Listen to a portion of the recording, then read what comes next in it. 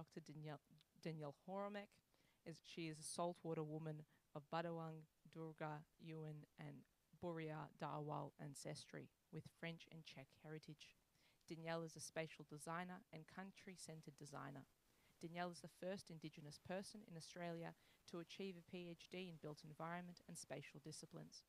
Her research and experience contributed to the Connecting with Country framework and Designing with Country discussion pieces by Government Architect New South Wales. As Director of Jinjama, Danielle's methodologies lead their approach to working with country. Her work as a researcher, educator, and cultural advisor brings country, culture, and community to the built environment by creating spaces to sustainably affect Indigenous rights and culture. Danielle holds a Doctor of Philosophy, Design, a Bachelor of Design, Interior Spatial Design, and Performance major. Danielle has been recognised as an honorary fellow at the University of Western Sydney for her contributions to the cultural enhancement of the Western Sydney region and has been awarded an honorary fellowship from the Australian Institute of Architects for her contributions to the profession of architecture and design. Welcome to the program, Danielle. Morami Malawani Jindawan. Hello, how are you? Hello, it's so good to have you on. I'm really excited for this conversation. And what country are you dialing in from today, and where do you work? I'm here on Gadigal lands, which is in Sydney, in Surrey Hills, in the suburb of Surrey Hills. Does your practice specifically mostly focus on New South Wales, or are you engaged with really communities nationally as well? We are primarily working in New South Wales because that's where we have connections, being that we're based here. However, we do work with communities in other places and colleagues and projects in other places as well. We have some projects in Victoria. We've worked in Queensland. I've done a few things in Queensland as well, and then other states like ACT and even over to WA. But we I personally feel most confident working in New South Wales because I understand the government here as well and how that works. The New South Wales government works with First Nations people. We will jump into some of those differences and process and flow, and I'm so interested in some of your learnings and takeaways from that. Before we jump in, there is one question I love to ask all my guests, and that's, what's your earliest memory of a building or place?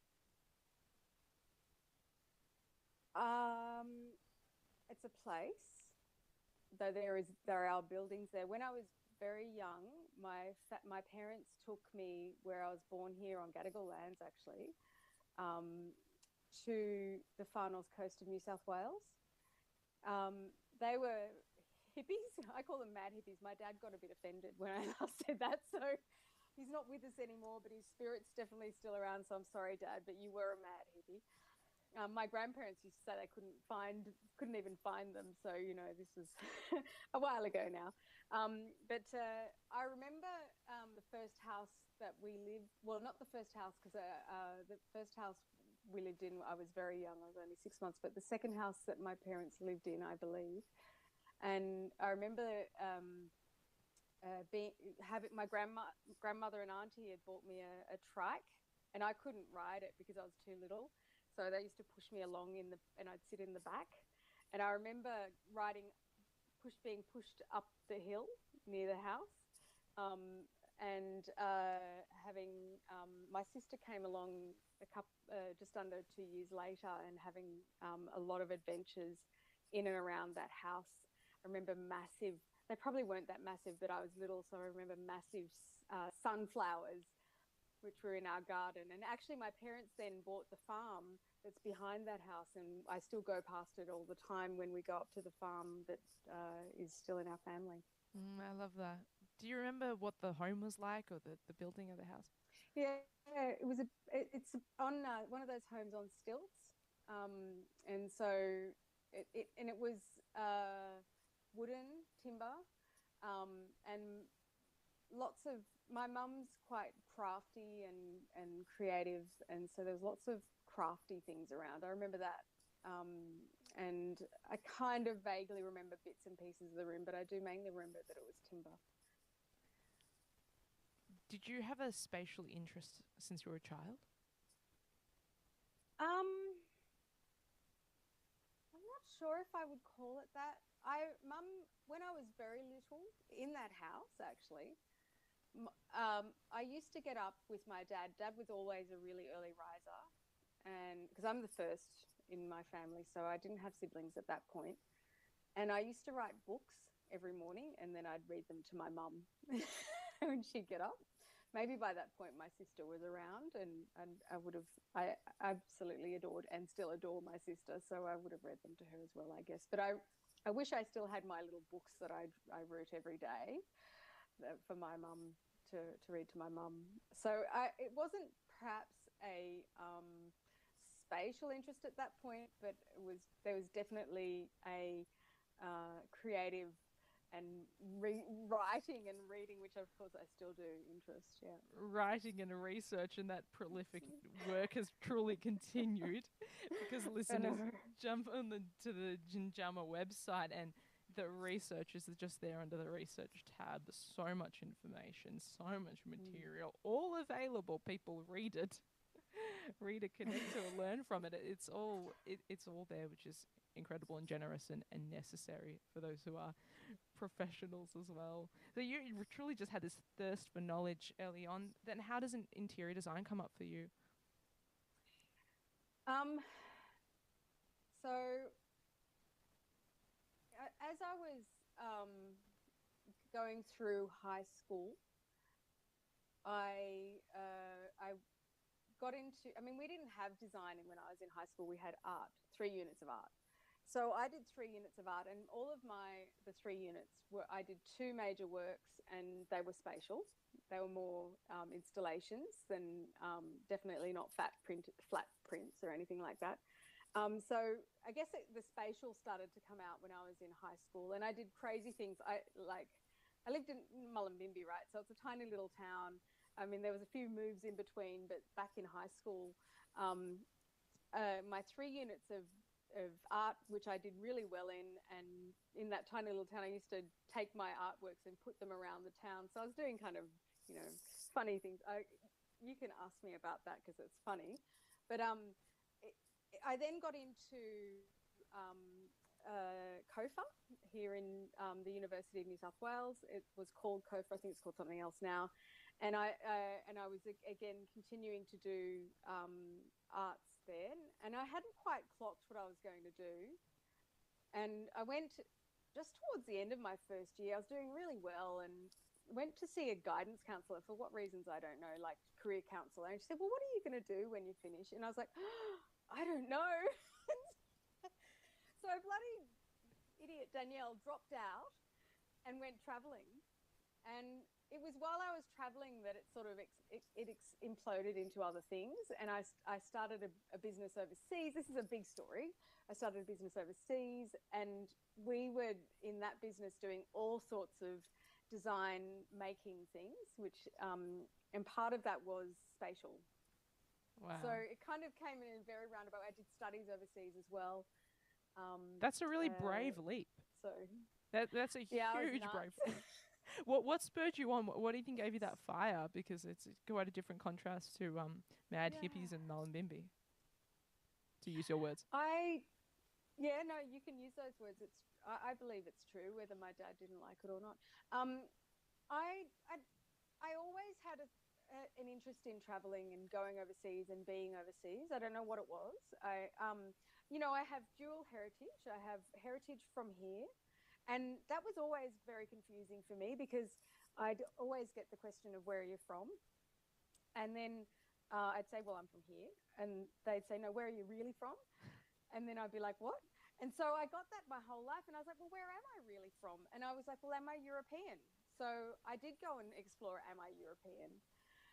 And, well, I'm not really. I have that heritage, but I don't know how to be European. That became pretty clear. But I did spend a long time exploring that question, and many, many others, and falling in love and having my heart broken, and, all of those things that happen while you're going through the big questions of your life of who am I? And I never probably really thought about it that much. I was kind of just interested in having an interesting time rather than worrying too much about what I did. And I did have a partner who was like, you know, you have to do something with your life, like knuckle down. And I was like, oh, bugger.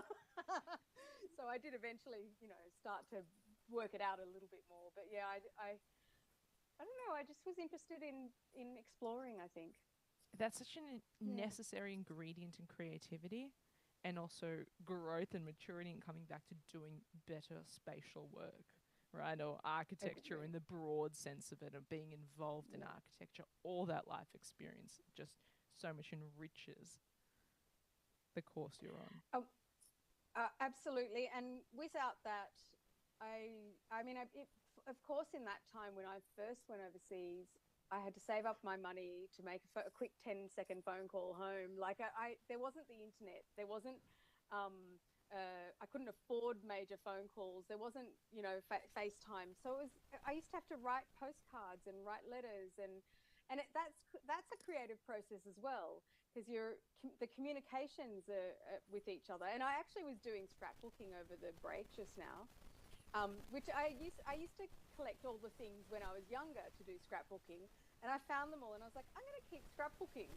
And I found a lot of the things that I had scrapbooked, and some of them were the letters and cards that I'd been written to me or written back. And it wasn't an easy time. I was so poor and so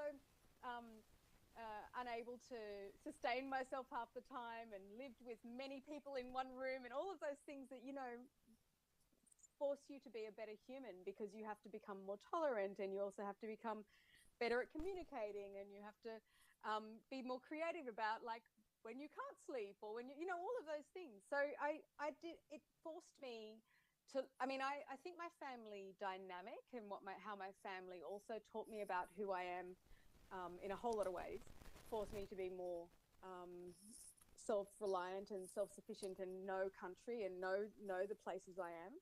But I also think that going and exploring the world to know myself in a different way has made me into knowing who I am as well, and being very okay with being quite imperfect, but trying really hard as well, because that's the truth of everybody. Well, maybe not everyone tries really hard, but I know I try really hard. It really is. That is the truth of everybody. We are all imperfect, and the important thing is to try. So when you started that business, and it was venturing to that spatial design territory, with no prior really background in spatial design or interior design or anything, did you have a moment of unlocking when you realized, hang on, spatial design, interiors, architecture in effect has immense power?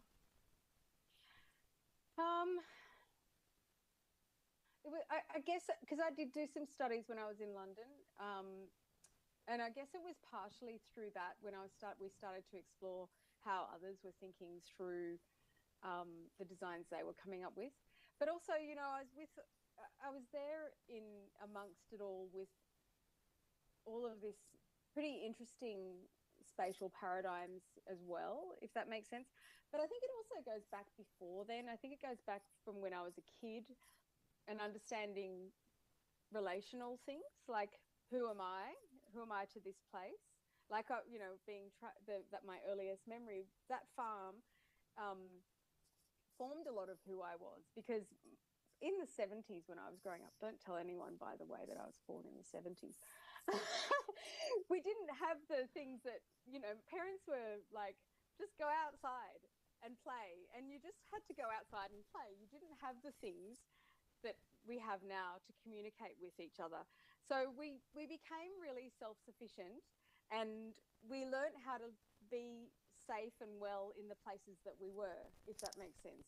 And I think that's part of, and it was, I grew up on a farm that was off the grid, partially. We had very different places of growing up as well, when my parents decided to go and stop being as mad hippies and get some education. We went and lived in Brisbane and then Newcastle. And so I learned very different spatial paradigms from a 60-acre farm where it was off the grid. There was no way to communicate. My mum would whistle, and that meant we had to go home. That was pretty much, she has this shh, like, really loud. And so my sister and I knew that's when we had to go home. But otherwise, we were just having, being kids, having fun. And I actually feel sad that kids don't get to do that as much these days, because I don't think it's more dangerous, but it feels more dangerous for whatever reasons. And so they don't get that ability to adventure like we did when I was a kid. But so I think that the sort of questions about who am I, what's my relationship, how am I safe here? Like we learned very early on about how to move around with either silence or with a lot of noise, because sometimes you need to move with a lot of noise to scare things off that you don't want, but sometimes you need to move with silence. And so it's all of those kind of things that come from a very early but really different paradigm to when I was in London, where it's noise constantly. There's massive structures everywhere.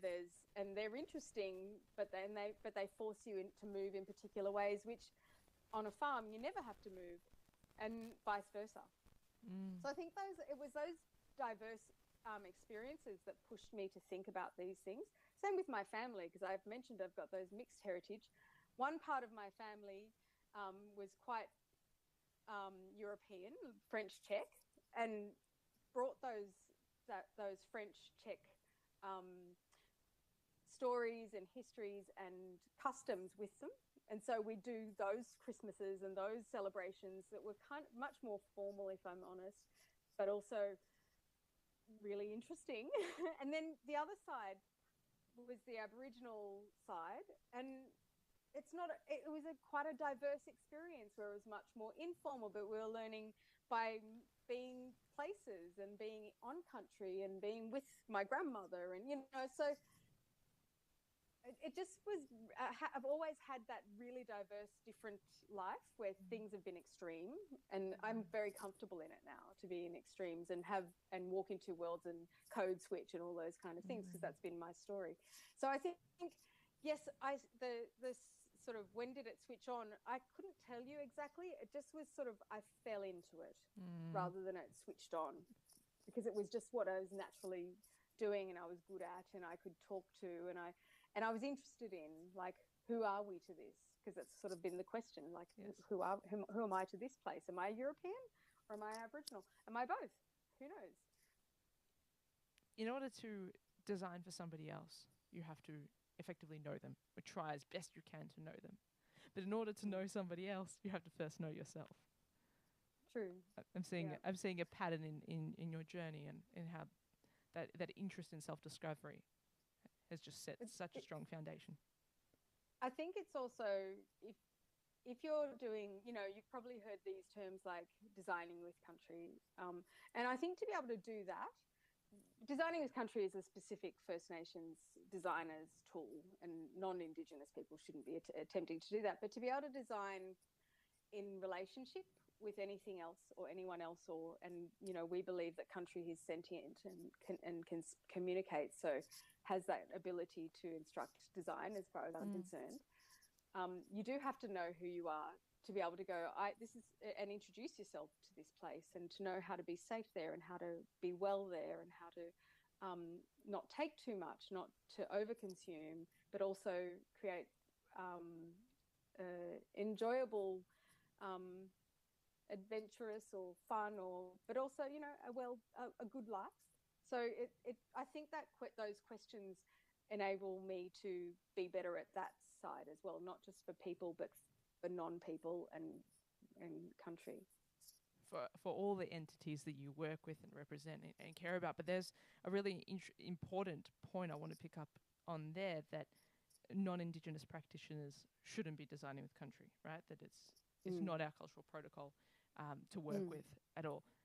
This is a really, really interesting point for me that I'd love for you to say more about, because I think in a way our education system and the government policies are really pushing in that direction, or using this idea of this language that we need to be designing with country. Say more for us, and say maybe where that confusion has come from, and where we should be moving towards as non-Indigenous practitioners. So I do a lot of work with the First Nations Advisory Committee to the Institute of Architects. I'm very fortunate to have been asked to work in that role, and it's one that I I hold very dearly, because I've learned as much and probably more than anything through doing that. And in the conversations that we have as a group, it was pretty clear that while it's very important that non-Indigenous architects and designers are working with respect and relationship and understanding to country and to First Nations people, we also needed, as First Nations practitioners, something that we can relate to, because our methodologies of design, certainly this is my case, and maybe I can't talk for everybody, but certainly the people that I've talked to in that committee and others have said that our methodologies of design have come from our ancestors. And so we may not use all the same ones in every project, but they certainly don't just come from learning at university. And I'm sure that's the same for everybody. They don't all have that same responsibility that we do towards country. So we very much have felt, and this is me, I guess, speaking based on those many years of conversation with the First Nations Advisory Committee, that designing with country is a term that is specific to First Nations practitioners to respect and reflect the Indigenous cultural intellectual property that comes in to our work as a result of our heritage. Now, non-Indigenous designers, there are other terms. If they want a term, there's many other terms, and they are already out there in the public domain. Connecting with country, which is really about how a project team, including the client, makes a concerted effort to connect with places and the communities that know those places best that they might be designing for, in order to understand and respect those places and that country best. So that's a process of including community. There's co-design, which is a different term that people use, which we've worked out as basically, again, working with community in a really intensive process. So it might be more intensive than a connecting with country process, where you're very much going back and forth in an iterative process. And I think that there's some non-Indigenous designers who can do this, but there aren't many projects that allow it. Yes. Now, the other things that non-Indigenous designers actually need to do and must do, for not only because it's best for them to do it for their own well-being and health on country, but also because they have to do it for their registration, architectural registration, is to be culturally responsive. And that means to reflect on who you are and your identity, and then understand that whoever you're working with, in this case First Nations people, come from a different place and a different identity, and they may or may not have the same perspective as you, and that if you're designing with them and on behalf of them, you actually need to integrate their perspectives, not necessarily go with your own. So culturally responsive. And then there's also country-centered. I think, again, if projects would just include country-centered, we would have a different world, I think, but I don't think they do yet. But country-centered design is where every decision making in a project filters through a question about what is best for the health and well-being of this country and what is best to make this country flourish again. So there's a whole lot of terms, and there's also like country-led or country-responsive, and they're similar. So there's a whole lot of terms that non-Indigenous architects and designers can use, but designing with country, they just can't access that one. That's not for them. Thank you. Such an important explanation. And such important knowledge. I've written a whole thing with the First Nations Advisory Committee. Look for the links, and if you don't have them, ask me. look for the links. Links on Ginjama's website, on Instagram. It's all across there, and truly across all much of the work you do, that the listeners are so invited to leap into and continue their learning and their growth and exploration. I think for many practitioners, many architects, we are living these questions, right? These guidelines are evolving, the knowledge is evolving, the recommendations are evolving. And even as you said, you have so much learning you did in the process of being involved with putting this together. So that's in a way so beautiful that it's evolving and we get to be a witness to it and a parallel to it. And I mean, I've said this before to people, but that witnessing and being on the crest of a wave is such an experience for everybody involved in this, and I guess especially for the First Nations people involved in all of the built environment projects going on.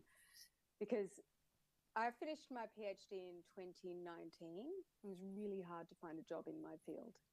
And I wanted to keep doing postdoctoral studies, actually. I felt like I had so much more to say after I finished my PhD.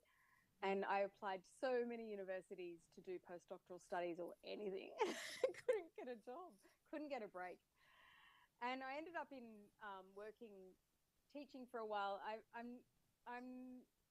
I struggle with teaching. I feel like there's a lot more I can do outside of teaching than inside of teaching, which probably doesn't sound like it makes sense. But and I also just, I guess I'm not inspired to be a teacher.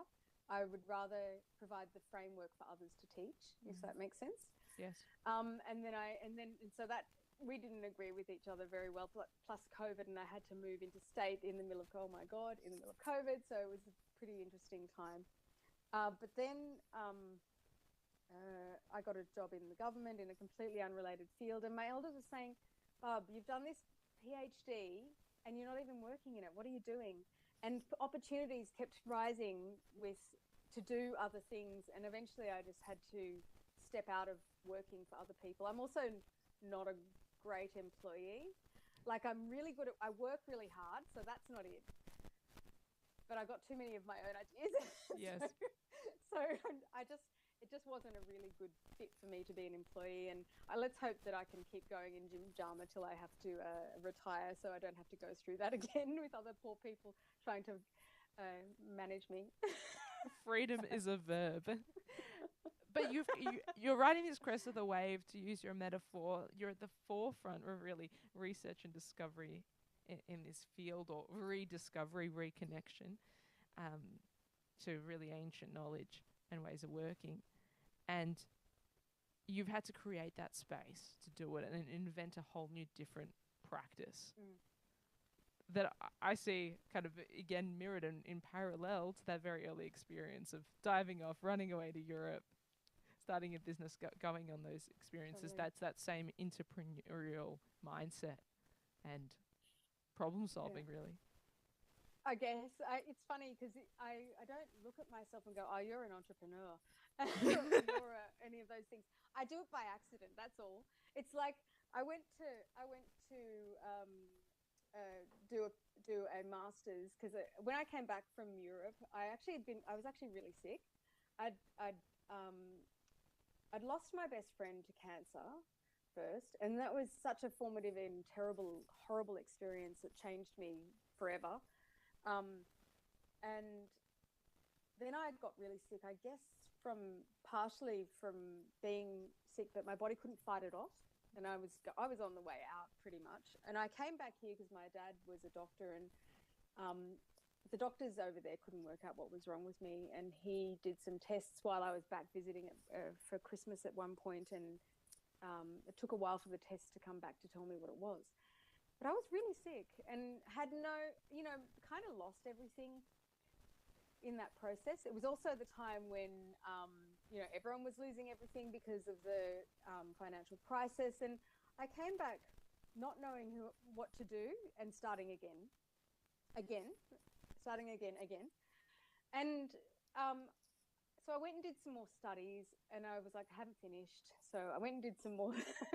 I was like, I'm just going to do my master's and see what happens. And I decided to do it by research instead of by coursework. And it turned into a PhD because nobody else had done it and nobody else had written that thing. So it wasn't that I went out to do a PhD. I went to do a master's because I didn't know what else to do. So I'm kind of accidentally doing these things. I accidentally got a job. I mean, I didn't know that I was going to be doing this kind of, interesting work at the Government Architect while they were authoring the Connecting with Country framework. At that point, it wasn't called that. We were calling it the Sydney Ochre Grid. And so I accidentally ended up working in that, and it's become a big thing. And I accidentally ended up starting a business because I just couldn't had too many things I wanted to do that were important to my community, important to country. So I was like, oh, bugger it, I'll just start a business. And so it was just, it's not like I'm going, I must do this. It's just a thing that I end up doing. Does that make sense? It's sort of, That's kind of amazing. Person. It's kind of amazing, but also sounds like a little bit of flow state. Probably. What accidental flow in having the business, in being involved in really significant projects and then doing very significant work independently as well. Did you have a moment where you realized, oh, hang on, this is a thing now. This isn't accident anymore. We're doing some serious stuff here. When I had to start employing people, because I thought I was going to just be like a consultant, and consult on projects. And then I got too busy, and I was like, I'll just give somebody a job. And I didn't like employing people's tough. I really love my team, but it's tough. It's really hard, and you have to go through there's a lot of sudden responsibilities that you don't know you had to take on. So suddenly I've had to go from, I'm just going to, consult on a few things, to I actually have to keep this business going for not just me, but all these people who rely on me for their well-being and for their living. So it was really, that was the thing where I was like, oh, this is the thing. And then when big projects started to come in, that I was like, oh, I know the name of that. And before I was even asked to work on it, I was like, okay, that's a thing then. That's the thing. But I'm kind of accidental about everything. It's sort of, I was like, oh yeah, I can do that. I used to just be like, fake it till you make it, and I think that's been my whole life. Fake it till I make it. just have to believe. It sounds really cliche, but if you just believe in yourself, listeners, it can get you a really, really long way through the door. Something like that, yeah. Do you have a memory in working on some of these projects that you discovered something, or you learned something was shared with you that you perhaps are able to share with us, that was truly amazing for you in all the experiences that you've had, something that really gave you serious pause? There's so many. Every time I get to work with community members, which is most projects, but it's in different ways every time. But there's so many of those moments where it's like, well, this place that we're working on, this health place or whatever it was, used to also be a healing place. Or, those kind of things where energy becomes really important. And one of my elders who sadly passed last year, and I still miss so much, because he used to call me the question girl, and a flash black, because I like jewelry and stuff, But I used to go to him with questions, and I'd say, why is this happening? And his answer almost always was about energy. I'm not saying his name right now because I've been asked not to for protocol reasons, but hopefully people who know my love of this person will know who I'm talking about. But he always used to say, it's energy. And I think energy, we underestimate energy, like not just the energy that people have, but the energy that's all around us, and the energy that comes to us from each other, the energy that that non-living things has. And it sort of occurred to me that that does stay in places, and elders shared that to me, that like energy stays in places. One of our elders, Uncle Max Harrison, who again has passed, and he was an absolutely beautiful man. He wrote in his book that all the stomping of the feet over thousands of generations in a place imbues that place with energy.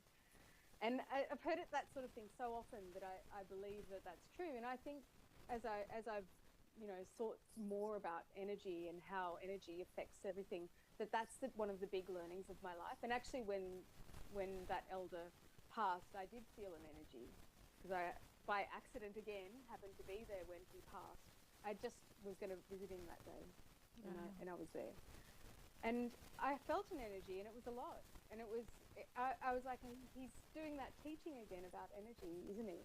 And I don't know, I can't ask him in person anymore, but I believe that's true. So I think one of the big things I've learned is that we don't know yet how to interact with that very well. but there's a lot that we could interact with. I think energy draws things to places and draws ideas and people and energy and other energy and spirit and all of those things to places as well. And I think it could actually be a major way of reinterpreting and rereading country as well, when especially in country where it has been changed a lot through colonization, because yes, those trees, those animals, that soil, that might have changed, but the energy is still held there. That's also such a beautiful entry point into the common ground and connection between, you know, clients, teams, users, stakeholder groups, the general public, right? In our current world, in our contemporary nation building of public life together, that the common ground, that is to say, is so important. And energy as an idea is so well understood, I think, across so many cultures. Yep. Right. Yeah, that's why I use energy, not spirit. But it is possibly the same thing. Sorry. And that's perfect, right? And we can connect. We can all connect to that, or most would find some sort of way or connection into that, be it cultural, be it spiritual, be it religious, whatever the background is that helps us build out the common ground as we're living the questions of how do we build these really big, significant projects? How do we build a public life and a society together through this really significant work? Well, because we all are going to be using these spaces, and that First Nations voices have in some way energetically informed it, perhaps only enriches that experience, because that First Nations experience can often tap into that. I mean, I have had some limited experience of energetic things happening to me that were probably spirit, like being some spirit tried to push me down the stairs in Parliament. That was funny. Because there was nobody behind me, but I definitely got a shove. And I've been encouraging them to smoke it ever since. But even projects we're working on that are health related, where elders have come and said, well, you know, you're all going to use these health precincts, and understanding these ancient ways of healing surely is only going to make everybody feel better in this place. And did you know that we used to do healing over there? You know, it sort of kind of energetically helps with everything. That's so beautiful, and also enriches and imbues, as you say, imbues this much deeper core intrinsic meaning in projects. Where in design, kind of making it up or having an open breath or, heavens forbid, pastiche just ultimately ruins such an important opportunity and such a significant project where, you know, we're never going to build these projects again. We have one really good go at it, don't we? In our lifetime, at least. Who knows what will happen 200 years from now? And, you know, it took us 240 odd years to get to where we are now. And, you know, in just under a week, we celebrate or commiserate, depending on who you are, January 26th. And I can't imagine that my ancestors 240 odd years ago could have ever imagined what's happened now. So we can't imagine what's going to happen in 240 more years. But let's hope that we do it better the next 240. As designers, also spatial practitioners, we have to take that very long view, right? We're creating something that is not real yet.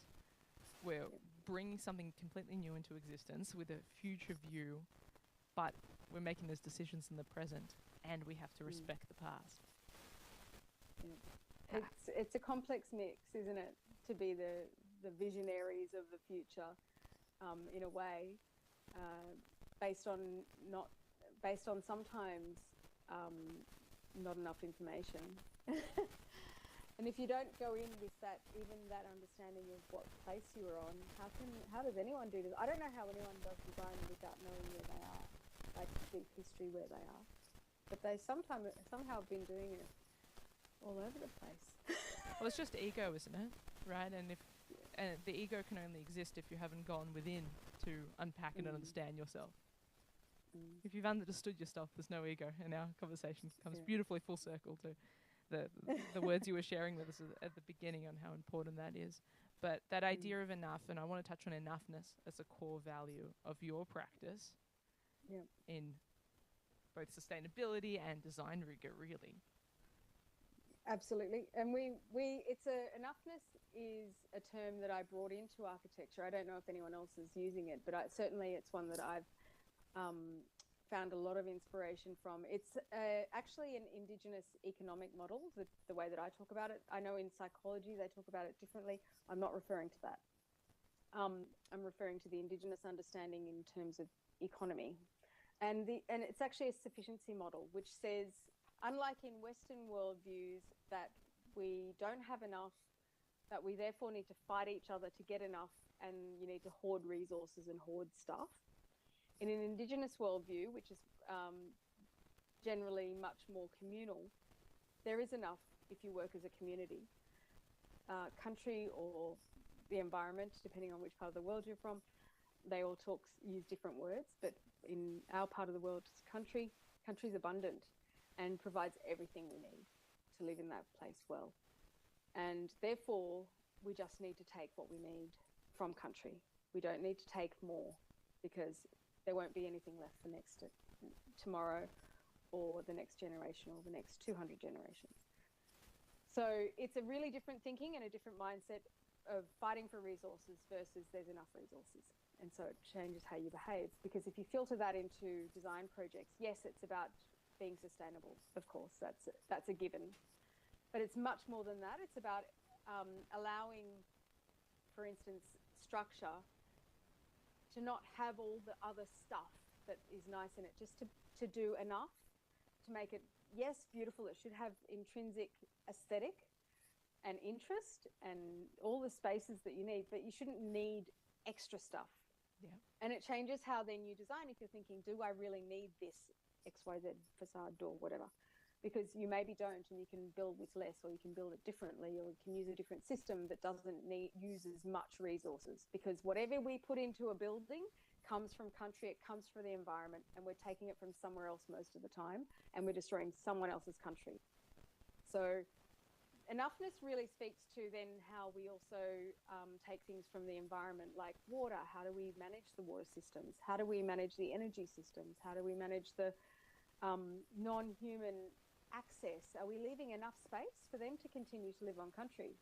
Because most of the time we're not.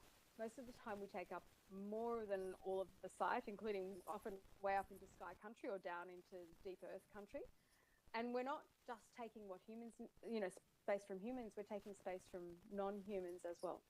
And so enoughness is a mindset change that we've been trying to introduce. It's research that's come from North America, and I encourage people to look it up. There's a really great little animation that you can watch that explains it better than I ever can, because it's written by the people who started that research off. I can just talk about how we're really wanting it to come into our projects, where it's actually just being really honest about the architecture and honest about what's needed in the architecture as well. And it pushes you to design better and make better work, and not just stick something on as a cover-up, or have excuses, really. Right, it really pushes a rigor in the work. I'm interested to ask, what does good design mean to you? Say that again? What does good design mean to you? It means that it feels that it's of place, and that it tells the right story of place. And it doesn't mean that it's an interpretation or an artwork plonked on the front or on the back or inside or wherever. It means that it feels like it really belongs there, and that country kind of birthed it and made it, because it was like, this belongs here, like it pushed it up. That to me is good design, because it's honored the land, it's honored the lie of the land, it's not destroyed more than is really, really necessary. Like it's good place-based design that tells the right stories. And the stories, of course, come from the mob who belong there too, and they have to inform that strongly. Amazing. So important. How would you then define Australian architecture, or in what we're working through in this kind of contemporary epoch, Yeah. When a piece of design or a building feels like Australian architecture, what does that look like or feel like to you? I mean, at the moment, a lot of our architecture to me looks very international still, and it has done for quite a lot of years. Looks like, I mean, I've traveled a fair bit. I'm lucky like that. It was one of the things I'd rather be poor and travel than have a house. So I obviously live in a house, but I don't. I live in a 1-bedroom unit, so it's not like I'm substantially living. That's off the side, but you know, I've traveled a lot, and I've been fortunate to see a lot of cities and a lot of very remote places as well. And when you imagine, could a city go in this place? What would it look like in those remote places? That's what I would like to for us to reimagine here in Australia. Is okay, because a lot of the places that we're designing currently could be from anywhere. I could be in San Jose in Costa Rica. I could be in, you know, somewhere in Europe or in Singapore, and the same buildings are there. And so I feel like that's a fail to us, because that's not what country is here if you're building to somewhere else, what they've done elsewhere. So for me, architecture in Australia, I hope to see in the future that it becomes much more about that place. About, yes, of course, the climate. We have a different climate here, so we need to respond to that very differently. But we also have very different country and very different story, and places should look like all of those things. And I think we're not there yet. It's also just so much Mostly. better for well-being, right? And so much better for the running and function of a society, for people to move through cities or urban suburban environments to feel connected to where they are, right? I think it makes you healthier as a human, but I think it also makes you care for that place better. And that's what I would like to see, is that people feel connected because of the places that are being designed being better places. And that gives us true sustainability. Exactly. Yeah. And like one of the questions we get, our elders, I love them so much, and I learn so much. But one of the questions one of them asked recently, is how do we get people to care for these amazing places that everyone's designing at the moment? I'm like, I don't know. What do you mean? How do we get them to care? I don't know. So we've had to go about thinking about it. Like, it's a really important question. Like, how do we get those who live in those neighborhoods, who are going to be buying places to live in those neighborhoods, to care more? And I haven't quite come to the bottom of the answer of that question, but it's a really valid one. If our elders are seeing that or feeling that people aren't caring, that's something we should all be a bit worried about. I know. I want the answer to that one too. The other research question that just sneaks up for me in this conversation is, do you think we'd be able to at some point be able to actually get data in the health benefits of good design and connected to place and connected to country design? I reckon 100%. I mean, how's this? I was with two beautiful elders yesterday, and like, I'm so lucky I get to do that, so don't get me wrong. And one of them was talking about some research that she'd read about how sitting around a campfire is good for your health. And it's to do with how your eyes are angled, and the circular nature usually of sitting around a campfire and those kind of things. And so if we can start to get data about that kind of thing, there's also data about how, you know, beaches are good for us because of negative ions, and data about how greenery is good for us because it relaxes our blah, blah, blah, whatever it is, something, you know, I'm not that kind of doctor. But, you know, there's actually like medical stuff happening alongside that I think is actually really interesting. And I think there will be at some point, maybe it's in my lifetime, but possibly not, that says, yeah, they were right. They got it right. Because surely we all feel better in places that we feel connected to. No, I really hope it's in the not too distant future, because advocating for good design at times, especially on large projects with various powers that be, or conversely on private projects, can become so difficult when we're talking about abstract things, right? Or things that aren't even real yet, where there's no product in front of the customer, right? When they've perhaps never even experienced the amazing feeling that is being amongst good design or bespoke design or intentional design. It's actually true, and I won't lie.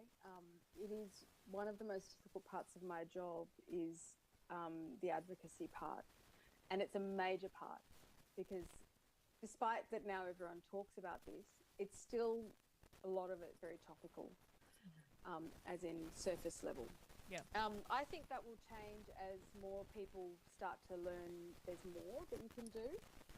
But it's really tough when you're in a project and you're with the architects that are nodding but still drawing the things that you haven't. It's really hard. And so... is this a budget problem, do you feel? That's part of it. There's partially that they don't put budget towards our the concepts that we come up with, but a lot of the concepts that we come up with aren't budgetary. They're things that are gonna have to happen anyway, and could it happen in a different way? And sometimes it's timing, like the time frames that projects get put under are kind of a bit ridiculous sometimes, like Truly. irrational. And an extra month, would it make a difference? Because what happens anyway is that we end up sitting on hold for months because they didn't do it right in the first place, and so we end up having to go back and start again or do it with a new team, and so that extra month or two, couldn't you put that in as a connecting with country period of the project? Like, couldn't you make a part of the process, rather than us trying to shove it in, couldn't we have that as part of the process? That means that we're actually able to do the process better, and the teams are. The other part to it is that clients have a really important role, because there are still a lot of architects that nod but don't do. And the clients need to enforce it. And that's especially government clients, because they are building for all of the public. And so to not enforce it is actually problematic in all sorts of ways. It's also anti what everybody's been promising for all these years. So. And all the policies and all the regulation. All the policies and regulations and registrations. And the government is the largest client, the largest procurer of architecture and architectural services in Australia. Yeah, we know. I mean, they're our major client, different levels of government. And I think it's still about 30%, around 1/3 of the Australian population is directly impacted by the construction industry. So it's directly involved with or affected by these processes and systems that could be done so much better upstream. We all live and work in built spaces, so effectively we all are. We all drive down streets and live in houses and work in buildings now, despite that, how nice would it be to go bush a few times a year, but it's not how we live anymore. And that's where actually the architecture and built environment is so important, because we all are born in a building, really, most of us. Almost all of us are born in a building, and almost all of us will die in a building too. Every moment of our lives needs that design work, needs that input. Absolutely, and this is true for all communities who live across this continent, and First Nations communities. We'd love to be able to, of course, be the first voice, but you'll hear all of us saying we recognise that we're not the only voice that is going to be needing to be heard about these things. But yeah, we like our stories to at least show you the right energy, maybe. If you want to go back to that story of of what's right there. And of course, I have the biggest part, as I said, the biggest part of my job, or one of them, is about advocacy. And a major part is when I hear an elder say something and I see it not happening, and it's actually heartbreaking, because I can see I know how you could do it differently, and I know how it could be better for a whole lot of reasons. And it can be just ego, as you talked about, that people don't want to get it wrong. Yeah, those kind of things. And that heartbreak as well, and part of the challenge and the burden of doing this work is, how do you then deal with yourself, with the cultural load and the fatigue that comes from doing all that work and being engaged with bad processes and dodgy head nods, yes, but doing no.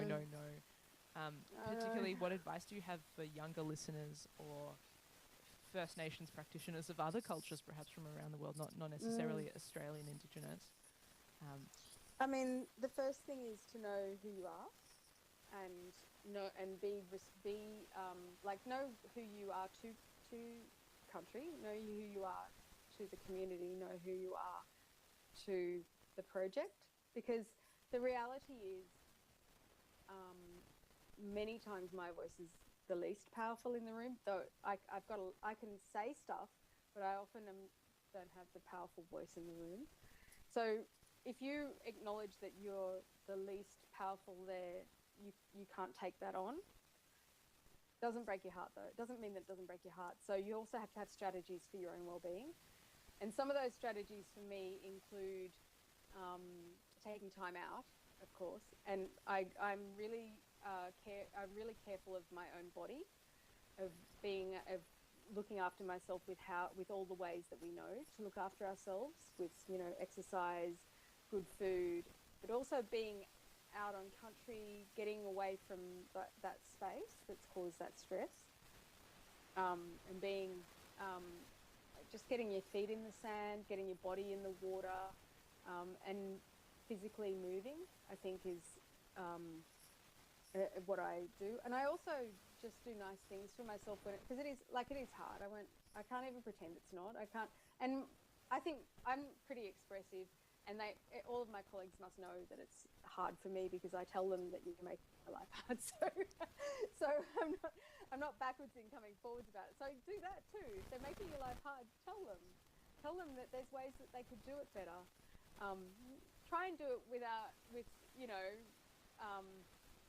emotion, because people do for whatever reason, and I actually think this is wrong, but try and do it without emotion so that people can listen to you rather than see the emotion. But if you need to have the emotion, that's okay too, because our ancestors gave us every emotion that we need to cope and to live in this world. And so if you have emotion, there's nothing wrong with it. But people don't yet know how to deal with emotion in this world, unfortunately. Such important advice. What advice would you have to younger Indigenous practitioners, or those even students who may be considering becoming an architect or going into allied fields of design? Yeah, I mean, look, let's face it. Pretty sure I read this research that said architects do the most homework out of all degrees, and that's above medicine, right? Mm-hmm. So architects you're going to work hard, right, and be ready for that. But it's interesting. It's mind engaging. It can be physically engaging. So I'm not saying don't do it. Just be ready for that, because it's not easy. It's not just a creative degree, and even creative degrees aren't easy necessarily. But it's not just another creative degree. So be ready for that part of it, but also take time when you finish to learn both what your methodology is of design that you inherited from your ancestors, and also how to do design in these contemporary ways that we know, that we use all of those, technologies, etc., the programs and softwares. Because what I'm seeing at the moment is a lot of young people, young graduates, are being launched straight into very high positions in organisations, including in government, which is hard to see. And they haven't got experience, and they haven't got well-being in themselves to know how to deal with some of the stuff that's going to come up. And if you don't have that experience, and you don't even have the basic tools of how to do the trade, then you are risking your own longevity. Mm-hmm. And so I know you can get impatient and you want to, jump straight into the big things. But I think there's a really big risk at doing that as well. And I would strongly advise on doing the adventure. Like, the adventure was going overseas, going and doing the adventure part of my life. I wouldn't take that back, because there's no way I could do it now. So do all the travel, learn all the languages, go to all the places, meet all the people. Don't record it all the time. That's what like, be there, present. present in places. You don't need to film everything and do, like, I know that's very Gen X of me to say, isn't it? But it's true. Because actually, be present and learn how to be in your life without getting bored, and make spaces for boredom to be okay, and get bored. Boredom's creative. Become creative through the boredom. So I guess that my thing with young people is try not to be drawn into those by the big money and the big powerful things. As exciting as that would be, I think it's risky. You've got amazing. Be poor for a while. You've got amazing advice. Get some maturity, I think, is also the takeaway in that, because any experience just leads you to be a better, not only a better person and a better professional, but a better collaborator too. You've got amazing advice. I am mindful of the time, so I will ask my last question, and that is, what gives you hope?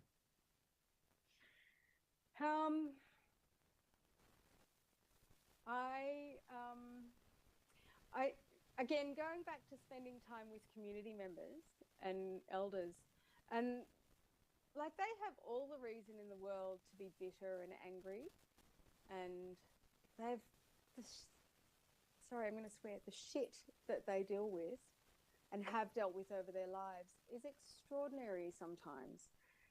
And yet they're still resilient, happy, jokey, fun people. And that gives me hope that that's possible, because some of the world right now is pretty strange. Like, if you look at the bigger world, some of the world is pretty weird and a bit scary. And the fact that my elders, who really have had all the reasons to be traumatized by all of the world, can still be happy people, or at least resilient people, and still be prepared to be involved and, share knowledge, that actually gives me hope that we can work through the weird stuff that's happening as well. And the big stuff, because we've got some big questions that we haven't answered, and who knows when we'll answer. I love that. Thank you so much, Dr. Daniele Hromek, for joining me on the program. My pleasure. Thank you. Didgerigura. Thanks for joining me for another evening of Radio Architecture with Ilana Razbash. This live show was broadcast and recorded in the Radio Karim studio on Bunurong Country. You can replay the show wherever you get your podcasts. Thanks for tuning in and supporting community radio. Take care. Hey, we're Girl Kitchen, and you're listening to Radio Karim, awesome community radio. Enjoy. Woo-hoo.